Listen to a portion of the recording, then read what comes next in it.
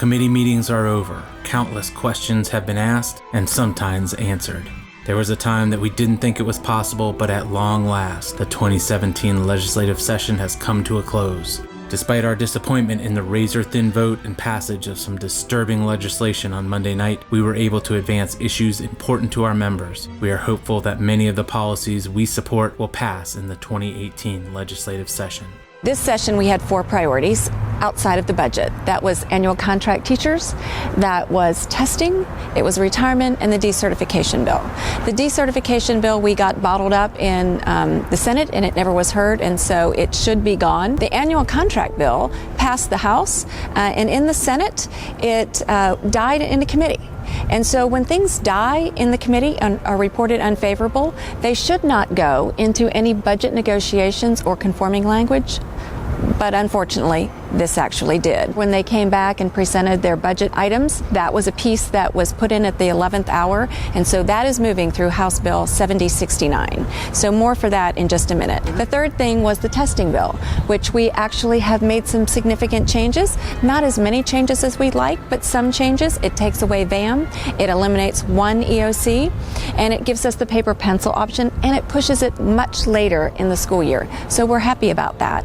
And the fourth thing is retirement. Now, retirement, the default has changed, but we were able to move it from 3 months to 9 months. That means it gives us a whole year to get in front of all the new employees to talk to them about why they should be in the retirement system rather than the investment plan. HB 7069, a massive 278-page bill that impacted everything from accountability to zoning, was debated and passed by a grim Senate with only a 2-vote margin on Monday night. Legislative leaders clandestinely met to tie popular ideas to policy that's detrimental to students, forcing members to pass it. If signed into law by the governor, HB 7069 will strip local school districts of spending flexibility, reducing their ability to effectively address student needs. The bill will take away districts' and unions' rights to negotiate job stability for annual contract teachers rated highly effective or effective.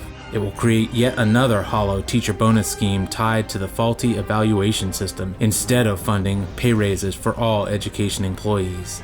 And it will allow charter schools to take Title I funds from traditional public schools, which will lead to cuts at the schools that can least afford them. A campaign mounted over the weekend with education advocates from all sides pushing for the legislature to vote down the bill. But HB 7069 passed out of the Senate by a slim margin, 20-18. If one more person had voted against it, HB 7069 would have failed on a tie vote. Sure, we're disappointed, but we aren't giving up the fight. We have another opportunity to stop this bad legislation, and it's with the governor.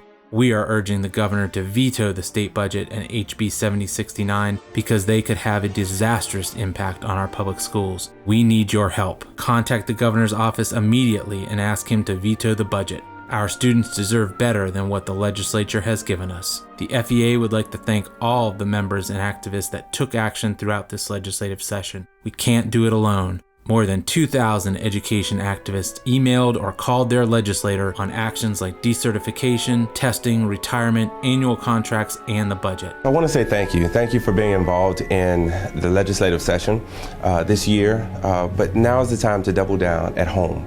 Get active in your local. Make sure that you recruit those potential members that are in your bargaining units. If you're an educational support professional, we thank you. Thank you for the work that you do to assist and push and help all of our students towards a great education. And to all the teachers, thank you. Thank you so much for the work that you do, for being a member of the Florida Education Association. It's so important. If your local legislators took a wrong vote, you need to go to their offices and let them know. But if they voted correctly, you need to also go to their office and make them aware that you are aware of what's going on here in Tallahassee and that they represent you, and thank them. Though the legislative session is over, it doesn't mean our work is done. The legislators are going to be back in Tallahassee very soon, with interim committee meetings starting possibly as early as August, and the session starting in January of 2018. So for you back home in the local, you don't have a second to waste. You need to be contacting your legislators immediately. For the few months that they are home, make sure that they hear from you on a very regular basis. And if you haven't already done so, sign up to send a great team, a grassroots educational activist team, to Summer Academy this year so that they can be well informed as we go through this legislative cycle next year. This legislative session may have ended, but the fight is never over. Contact your local president to find out how you can get involved and help. FEA will continue to take action and fight for every student, every school, every day.